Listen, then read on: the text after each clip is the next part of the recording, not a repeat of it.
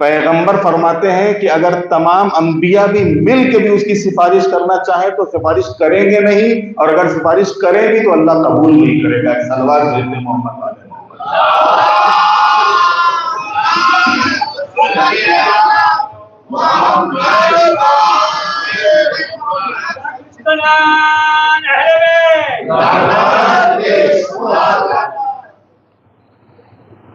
آٹھویں چیز جو ہے وہ ہے داخل جہنم۔ یہ اہل بیت کی دشمنی کا اثر کہ جو اہل بیت کا دشمن ہوگا اس کا ٹھکانہ جہنم ہوگا۔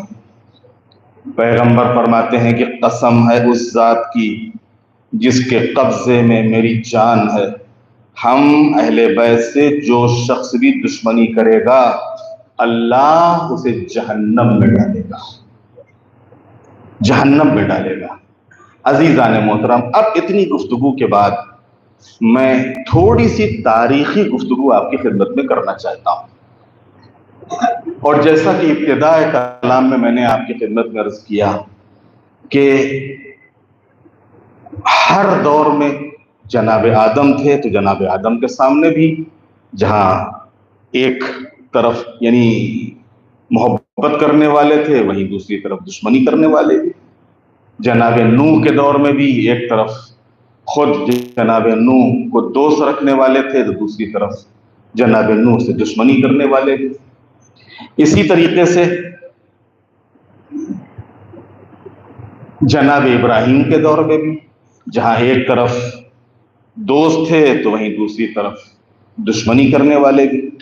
جناب موسیٰ اور جناب عیسیٰ جہاں ایک طرف دوست ہیں تو وہیں طرف دوسری طرف دشمنی کرنے والے بھی ہیں۔ جب پیغمبر کا زمانہ آیا تو پیغمبر کے زمانے میں بھی ایک طرف دوست ہیں تو ایک طرف دشمنی کرنے والے بھی ہیں۔ یہ جو دوستی کا دم بھرنے والے افراد تھے ان میں بھی دو طریقے کے لوگ تھے، ایک تو وہ خالص محبت رکھنے والے تھے اور ایک وہ طبقہ تھا کہ جو کسی نہ کسی دنیا کی وجہ سے ان ہستیوں سے قریب ہو گیا تھا، کسی نہ کسی فائدے کے تحت، کسی نہ کسی لالچ میں، کسی نہ کسی غرض سے، کسی نہ کسی مقصد سے۔ لیکن غرض اور مقصد آخرت نہیں، دنیا کا کوئی نہ کوئی ایسا مقصد تھا، ایسا ہدف تھا، ایسی بات تھی، ایسا معاملہ تھا کہ جس کی وجہ سے ان کے ساتھ ہو گیا، لیکن وہ ان کا نہیں تھا، لیکن وہ ان کا نہیں تھا۔ پیغمبر جب دنیا میں تشریف یعنی پیغمبر جب مبعوث و رسالت ہوئے تو پیغمبر کے ساتھ بھی یہ ہوا۔ پیغمبر کے اوپر جو لوگ ایمان لائے ان میں دو طریقے کے لوگ تھے، ایک تو وہ کھلم کھلا دشمنی کرنے والے تھے، وہ کفار اور مشرکین مکہ، وہ یہود و نصارہ، وہ تو بالکل صاف ہے، وہ تو بالکل ظاہر ہے، اور وہ کھل کے سامنے آتے تھے، کھل کے دشمنی کرتے تھے، پیغمبر پر پتھر مارتے تھے، پیغمبر کے راستے میں کانٹے بچھاتے تھے، پیغمبر سے جنگیں کرنے کے لیے پیغمبر کے مقابلے پر آ گئے۔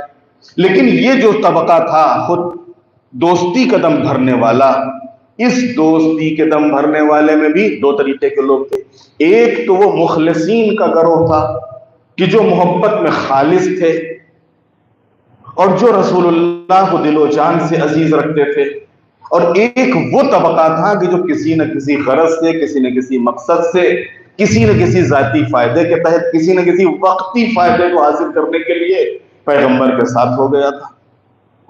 یہ وہ طبقہ تھا کہ حقیقت میں اسلام ان کے دلوں تک نہیں پہنچا تھا، ان کی حلق کے نیچے نہیں اترا تھا، اسلام صرف ان کی زبانوں کے اوپر تھا۔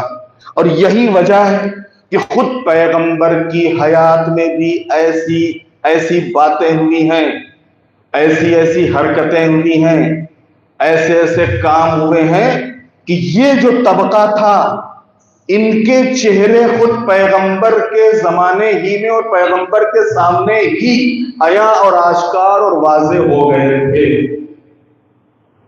یہ کون لوگ ہیں؟ پیغمبر کی خود موجودگی ہی میں، اگر موجودگی میں آشکار نہ ہوئے ہوتے تو یہ سورہ منافقون کیوں نازل ہوتا؟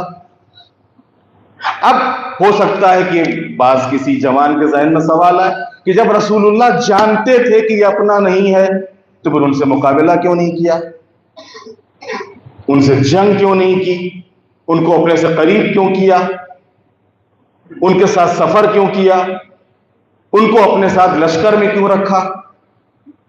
جو عام مسلمان دلیل پیش کرتے ہیں کہ اگر ایسا تھا تو پھر یہ کیا ہے اور یہ کیا ہے اور یہ کیا ہے۔ عزیزان محترم، پیغمبر ختم مرتبت، کیونکہ یہ ابتدائی دور ہے اسلام کا، اس اسلام کے ابتدائی دور میں رسول اللہ نہیں چاہتے تھے کہ خود مسلمانوں کے اندر سے کوئی بھی ایسا میسج، کوئی بھی ایسا پیغام دشمنوں کو جائے کہ خود ان کے اندر اختلاف ہے، ان کے اندر اختلاف ہے، اور پھر وہ جو غیر ہے، جو دشمن ہے، وہ اسی طبقے سے فائدہ اٹھا کے اور خود اسی طبقے کو جو واقعی مسلمان ہیں ان کے سامنے لا کے کھڑا کر دے، جس کے نتیجے میں یہ جو اسلام لانے والے اور واقعی مخلص افراد ہیں یہ کمزور پڑ جائیں اور وہ جو منافقین کا طبقہ ہے وہ غالب اور حاوی ہو جائے، وہ غالب اور حاوی ہو جائے۔ پیغمبر نہیں چاہتے تھے کہ ہماری حیات میں ایسا ہو، لہذا یہی وجہ ہے کہ چہروں کو پہچانتے ہوئے بھی، ناموں کو جانتے ہوئے بھی پیغمبر نہیں نام لیتے تھے، پیغمبر نہیں بتاتے تھے۔ ہاں اگر کوئی ایسا موقع آیا ہے تو بتایا بھی ہے۔ جب رسول اللہ تبوک سے واپس ہو رہے تھے، رسول اللہ یا خیبر سے واپسی کے اوپر یا تبوک سے واپسی کے اوپر، رسول اللہ جس ناقے کے اوپر سوار تھے اس ناقے کو بھڑکایا گیا۔ کس لیے بھڑکایا گیا تھا؟ تاکہ رسول اللہ ناقے سے گریں اور ختم ہو جائے، تاکہ یہ جو تیزی سے اسلام پھیل رہا ہے، تیزی سے ان کا دین عام ہو رہا ہے، یہ یہی کے اوپر بات تمام ہو جائے اور ہمارا وہ جو قبیلئی سسٹم تھا، وہ جو قبیلئی نظام تھا اور وہ جو ہمارا راج تھا، وہ جو ہماری دھاک تھی، وہ قائم رہے۔ لہذا اس کی غرض سے اسی لیے انہوں نے یہ ایسی حرکت کی۔ 10 لوگ تھے اس کام میں شامل۔ کتنے لوگ تھے؟ 10 لوگ۔ جب انہوں نے ایسا کیا، ناکا بھڑکا بھی، لیکن پیغمبر ختم مرتبت ناکے سے گرے نہیں، اور یہ فاش ہو گیا کہ ہوا کیا تھا۔ ناکا بھڑکا نہیں تھا، ناکا بھڑکایا گیا تھا۔ ناکا بھڑکا نہیں تھا، ناکا بھڑکایا گیا تھا۔ کس نے بھڑکایا تھا ناکے کو؟ جناب حذیفہ یمانی، رسول اللہ کے ایک بزرگ صحابی تھے۔ جناب حذیفہ یمانی کو رسول اللہ نے 10 کے 10 نام بتائے تھے، ان 10 کے 10 نام بتائے تھے کہ دیکھو یہ لوگ ناکا بھڑکانے میں تھے۔ اب ان 10 لوگوں میں سے بعض ایسے تھے کہ جو آج بہرحال یوں کہا جائے کہ عالم اسلام ان کی عزت، ان کا احترام کرتا ہے، لیکن تاریخ کو جھٹلا نہیں سکتے۔ تاریخ میں موجود ہے کہ انہی 10 میں سے ایک صاحب جناب حذیفہ یمانی کے سامنے آتے تھے اور اکیلے میں جا کے کہتے تھے کہ وہ رسول اللہ نے جو آپ کو نام بتائے ہیں کہیں اس میں میرا نام تو نہیں ہے، وہ جو حضور نے نام بتائے ہیں کہیں اس میں میرا نام تو نہیں ہے۔ اب ظاہر سی بات ہے کہ ہمارے یہاں ایک کہاوت ہے کہ چور کی داڑھی میں تنکا، تو اگر آپ کی غلطی تھی نہیں، آپ تھے نہیں، تو آپ کو ڈر کاہے کا ہے، اور آپ کیوں بار بار آپ پوچھ رہے ہو کہ میرا نام تھا کہ نہیں، میرا نام ہے کہ نہیں؟ یہ خود بتانا، یہ خود بار بار پوچھنا بتا رہا ہے کہ یہ تھے۔ ایک صلوات بھیج دو محمد والے محمد۔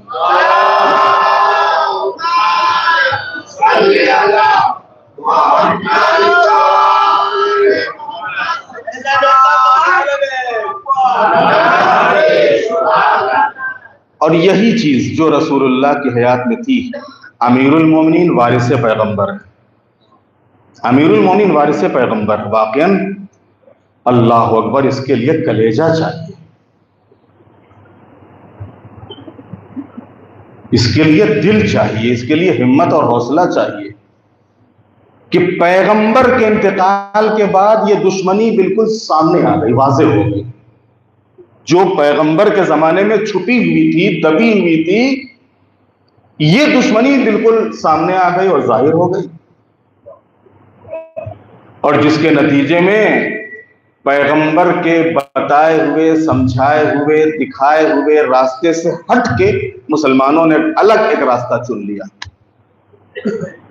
الگ ایک راستہ معین کر لیا۔ اس کے باوجود امیر المومنین نے تلوار نہیں اٹھائی۔ تلوار کیوں نہیں اٹھائی؟ کیونکہ امیر المومنین ہے وارث پیغمبر۔ امیر المومنین جانتے تھے کہ اس وقت جن حالات میں مسلمان اور جن حالات میں اسلام ہے، اگر تلوار اٹھائیں گے تو خود اسلام اندر سے کمزور ہوگا، مسلمان اندر سے کمزور ہوگا، جس کا فائدہ وہ جو باہر بیٹھا ہوا دشمن ہے، اس وقت روم اور ایران یہ سب بڑی بڑی حکومتیں تھیں، اس وقت کے سپر پاور کہے جاتے تھے، اس وقت کے سپر پاور تھے، اور جن کو حضور نے خط لکھے تھے، اسلام کی دعوت دی تھی، اور انہوں نے اسلام کی دعوت قبول کرنے کے بجائے باقاعدہ پورا پورا لشکر بھیجا تھا لشکر اسلام سے جنگ کرنے کے لیے۔ حضور کے انتقال کے بعد یہ سب تلاش میں تھے، یہ بڑی بڑی حکومتیں فکر میں تھی کہ اتنی تیزی سے یہ جو دین پھیل رہا ہے، اس کو کیسے کنٹرول کیا جائے، کیسے قبضہ کیا جائے۔ لہٰذا یہ اسی تلاش میں تھے کہ کوئی ایسا موقع ہاتھ آ جائے کہ جہاں سے اندر سے کچھ کمزوری محسوس ہو اور یہ فوراً ان کے اوپر اٹیک کر دیں، جس کے نتیجے میں یہ دین ختم ہو جائے۔ اسی کو امیر المومنین دیکھ رہے تھے، اسی کو امیر المومنین دیکھ رہے تھے، اور امیر المومنین نے ان سخت حالات میں سب کچھ برداشت کر لیا، لیکن تلوار نہیں اٹھائی، تلوار نہیں اٹھائی امیر المومنین نے۔ ورنہ ظاہر سی بات ہے کہ پھر انہی حالات کے بعد اور انہی تینوں دور تمام ہونے کے بعد جب خود امیر المومنین کا دور آیا ہے، تو امیر المومنین نے کوئی کفار و مشرکین اور یہود و نصارہ سے جنگ نہیں کی ہے، تینوں جنگیں جب وقت آیا ہے، جب حالات کا تقاضا ہوا ہے، تو انہی افراد سے کی ہیں، چاہے وہ جمل ہو، چاہے وہ صفین ہو، چاہے نہروان ہو۔ نہ جمل میں کوئی یہود اور نصارہ اور کفار و مشرکین تھے، نہ صفین اور نہروان میں کوئی کفار اور مشرکین اور یہود و نصارہ تھے۔ یہ جو ظاہری طور پر کلمہ پڑھنے والے افراد تھے، یہی افراد سامنے تھے، لیکن کیونکہ خود اسلام کو نہیں سمجھا تھا، خود پیغمبر ختم مرتبہ اور اہل بیت اسم و طہارت کی عظمت اور مقام کو نہیں سمجھا تھا، اور یا پھر وہ بغض، وہ حسد، وہ کینہ، وہ عداوت جو دلوں میں ان کے اندر بیٹھی ہوئی، ان کے دلوں میں بیٹھی ہوئی تھی، اس کی بنیاد کے اوپر یہ اہل بیت کے مقابلے میں آ گئے، جس کے بعد اب ضروری ہو جاتا تھا ان سے مقابلہ کرنا، اور امیر المومنین نے مقابلہ کیا امیر المومنین نے۔ اور یہی صورت پھر امام حسن کے سامنے جب آئی، تو امام حسن نے اپنے زمانے کے لحاظ سے، اس دور کے لحاظ سے، امام حسن تو جنگ کے لیے نکلے تھے، لیکن جس طریقے کے حالات امام حسن کے سامنے تھے، اس میں اس سے بہتر کوئی حل نہیں تھا کہ جو امام حسن نے کیا۔ اور پھر جب بات امام حسین کی آئی اور امام حسین کا زمانہ آیا، تو امام حسین نے یہی وہ پورا سلسلہ تھا۔ ایک طرف وہ سلسلہ ہے کہ جو غدیری سلسلہ ہے، اور ایک طرف وہ راستہ ہے کہ جو پیغمبر کے انتقال کے بعد مسلمانوں نے خود بنا لیا اور خود معین کر لیا۔ اور اس راستے کی سب سے بڑی کمی یہی ہے، اور کبھی کبھی یہ سوال عام مسلمانوں کے درمیان اٹھتا بھی ہے اور ہوتا بھی ہے، اور جب کوئی شیعہ جوان کسی مسلمان سے کا سامنا ہوتا ہے تو کہتے ہیں کہ آپ حق کے اوپر ہو کہ ہم حق کے اوپر ہیں، ہم حق کے اوپر ہیں، ہماری یہ دلیل ہے، ہماری یہ دلیل ہے، ہماری یہ دلیل ہے۔ اب شیعہ جوان اپنے حق ہونے کی جو ہے وہ دلیلیں پیش کرتا ہے، یہ جو شیعہ مذہب کے حق پر ہونے کی دلیلیں ہیں، یہ تو بالکل ایک دم واضح ہیں، بالکل آشکار ہیں. شرط یہ ہے کہ انسان سمجھنے کے لیے تیار ہو. یہ بالکل ایسے ہی ہے کہ جیسے اللہ ایک ناستک، ایک دہریہ جو ماننے کے لیے تیار ہی نہیں، اس کو آپ نہیں منوا سکتے ہو. لیکن اگر ماننے کے لیے تیار ہو تو اللہ کو ماننے کے لیے ایک ذرہ کافی ہے. ایک ذرہ کافی ہے اللہ کو قبول کرنے کے لیے. بالکل یہی صورت یہاں کے اوپر ہے. ماننے کے لیے تیار نہیں ہے، آپ قرآن کی آیتیں پیش کرو، حدیثیں پیش کرو، روایتیں پیش کرو، شخصیتیں پیش کرو، نہیں مانے گا وہ. لیکن اگر دل میں کہیں سے بھی وہ رمق، وہ چمک، وہ نور، وہ ہدایت پائی جاتی ہے تو پھر ایک دلیل ہی کافی ہوتی ہے انسان کو راستہ دکھانے کے لیے. اور انہی میں سے ایک دلیل کہ حضور نے فرمایا کہ میرے بعد میرے 12 جانشین ہوں گے اور سب کے سب قریش سے ہوں گے. سب کے سب قریش سے ہوں گے. اور یہ روایت، یہ پیغمبر کا ارشاد، یہ پیغمبر کا قول حقیقت میں ہر زمانے میں ہر شیعہ جوان اپنے پاس اس کو رکھے، اور بلکہ میں کہتا ہوں کہ ریفرنس کے ساتھ رکھے. ہر شیعہ جوان کے پاس یہ حدیث ہونا چاہیے ریفرنس کے ساتھ. جو عام مسلمانوں کی مشہور کتابیں ہیں ان کتابوں کے ریفرنس کے ساتھ. میرے پاس انشاءاللہ اگر کوئی آتا ہے تو میں انشاءاللہ پورا ریفرنس اس کو فراہم کر دوں گا کہ کون کون سی کتابوں میں یہ حدیث پائی جاتی ہے، یہ روایت پائی جاتی ہے کہ حضور نے فرمایا کہ میرے بعد میرے 12 جانشین ہوں گے اور سب کے سب قریش سے ہوں گے. سب کے سب قریش سے ہوں گے. آپ جتنے بھی اسلام میں فرقے ہیں، چیلنج ہے، دعویٰ ہے، ممبرز پر بیٹھ کر پورے اعتبار اور پورے یقین کے ساتھ گفتگو ہے، جتنے بھی مسلمانوں میں فرقے پائے جاتے ہیں ان تمام فرقوں کے اماموں کی تعداد اٹھا کر آپ دیکھ لیں، سوائے شیعہ اثنا عشری یعنی مذہب اہل بیت اور مذہب حقہ کے کوئی ایک فرقہ نہیں ہے کہ جس کے اماموں کی تعداد 12 ہو اور سب کے سب قریش سے ہیں. صلوات علی محمد والے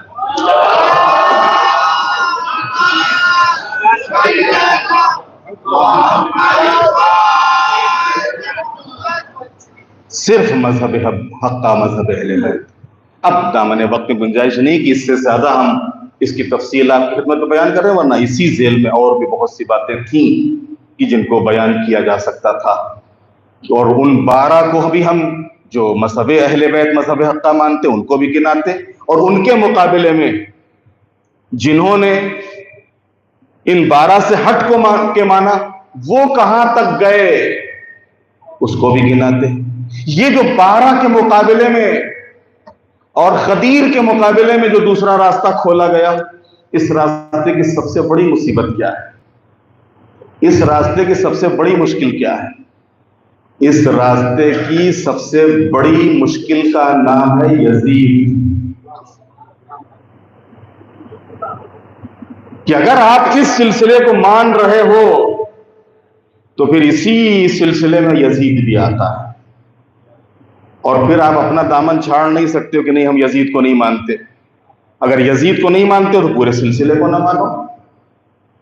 اگر سلسلے کو مان رہے ہو تو پھر سلسلے میں تو یزید بھی ہے، اسی سلسلے میں یزید بھی ہے.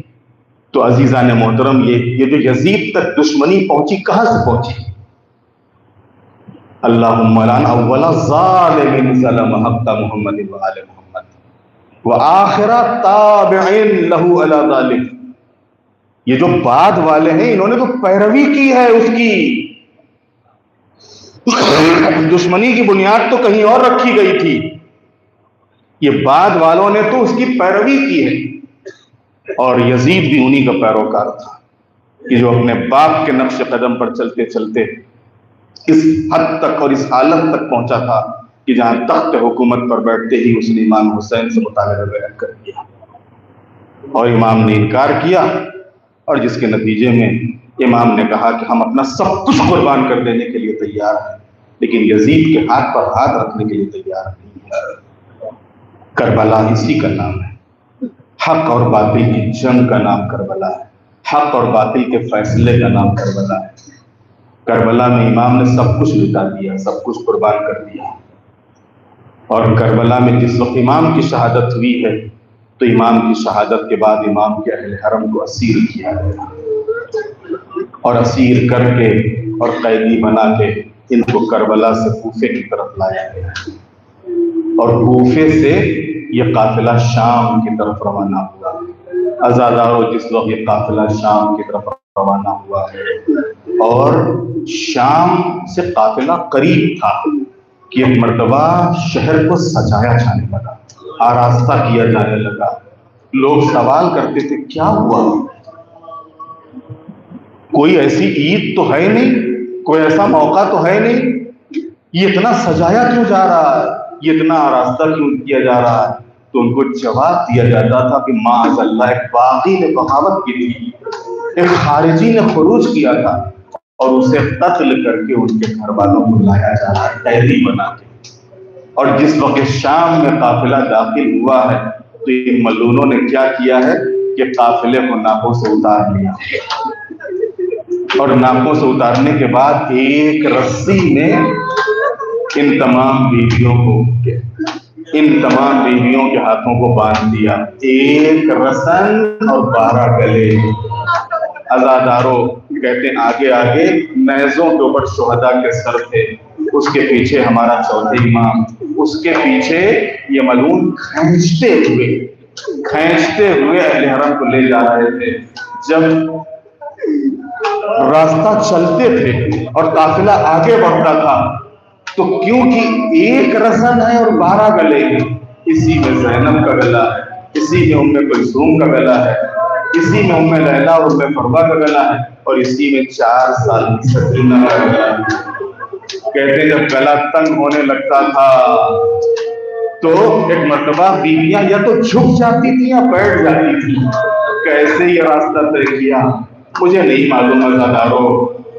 کہتے ہیں کہ جس وقت یہ قافلہ دربار یزید کے باہر پہنچا ہے تو قافلے کو پھر روک دیا گیا۔ جناب زینب نے سوال کیا کہ بیٹا سید سجاد، قافلے کو اب کیوں روکا گیا ہے؟ اب جو معلوم کیا تو پتا چلا کہ دربار کی آئینہ بندی ہو رہی ہے، اور جب دربار کی آئینہ بندی ہو جائے گی دربار سج جائے گا اور جو یزید نے مہمان بلائے ہیں وہ اپنی اپنی کرسیوں کے اوپر بیٹھ جائیں گے، تب دربار میں اس قافلے کو داخل کیا جائے گا۔ عزادارو، علی کی وہ شیر دل بیٹی کہ جس نے کربلا میں سارے مسائل برداشت کر لیے، کربلا سے لے کے کوفہ، کوفہ سے لے کے شام تک کا سارا راستہ طے کر لیا، لیکن جب دربار یزید میں جانے کی بات آئی ایک مرتبہ زینب سے رہا نہ گیا، آواز ام لیلا قریب آؤ، ام فروہ قریب آؤ، رقیہ سکینہ قریب آؤ، میں بددعا کرتی ہوں تم آمین کہنا۔ عزادارو ابھی بددعا کے جملے زبان پر لانا ہی چاہتی تھی کہ ایک مرتبہ سید سجاد کی نظر اپنے بابا کے کٹے ہوئے سر پہ پڑی۔ اب جو دیکھا تو دیکھا کہ آنکھوں میں آنسو ہیں۔ ایک مرتبہ سید سجاد نے ہتھکڑیوں بیڑیوں کو سنبھالا، اس نیزے کے قریب آئے کہ جس پر بابا کا سر تھا، آواز دی بابا کیا کوئی تازہ مصیبت وارد ہوئی ہے؟ یہ آنکھ میں آنسو کیوں ہیں؟ ایک مرتبہ کٹے ہوئے سر سے آواز آئی، اے میرے لال سید سجاد، میری بہن سے کہو کہ بددعا کے جملے زبان پر نہ لائے، اے بیٹا اسی طریقے سے دربار میں چلی جائیں۔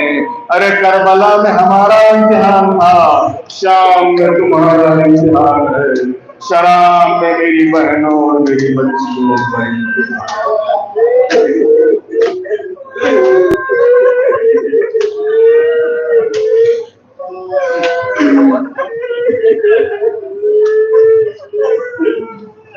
الا لعنۃ اللہ علی القوم الظالمین سیعلم الذین ظلموا ای منقلب ینقلبون۔ بار الہ شب جمعہ ماہ مبارک رمضان کی آخری شب ہے۔ ہم سب تیرے گنہگار اور خطا کار بندے ہیں، معبود ہم سب کو معاف فرما، ہماری توفیقات میں اضافہ فرما، پرچم اسلام کو سر بلند فرما، پرچم کفر و نفاق کو سر نگو فرما۔ مومنین جہاں جہاں بھی آباد ہیں ان کی جان مال عزت آبرو کی حفاظت فرما، مقامات مقدسہ کی حفاظت فرما، علماء اور مراجع کی حفاظت فرما، مظلوموں کی مدد فرما، ظالموں کا خاتمہ فرما، جو مومنین مریض ہیں ان کو شفا عطا فرما، جو دنیا سے رخصت ہو چکے ہیں ان کی مغفرت فرما، مولا امام زمانہ علیہ السلام کے ظہور میں تاجیل فرما، ہم سب کو امام کے غلاموں اور ان کے ناصروں میں شمار فرما، وَتَقَبَّلْ مِنَّا إِنَّكَ أَنْتَ السَّمِيعُ الْعَلِيمُ۔ آج آخری شب جمعہ ہے، لہذا انشاءاللہ قضا نماز کے بعد مخصوص دعائے قبیل کا پروگرام ہوگا جس میں آپ تمام حضرات سے شرکت کی درخواست ہے۔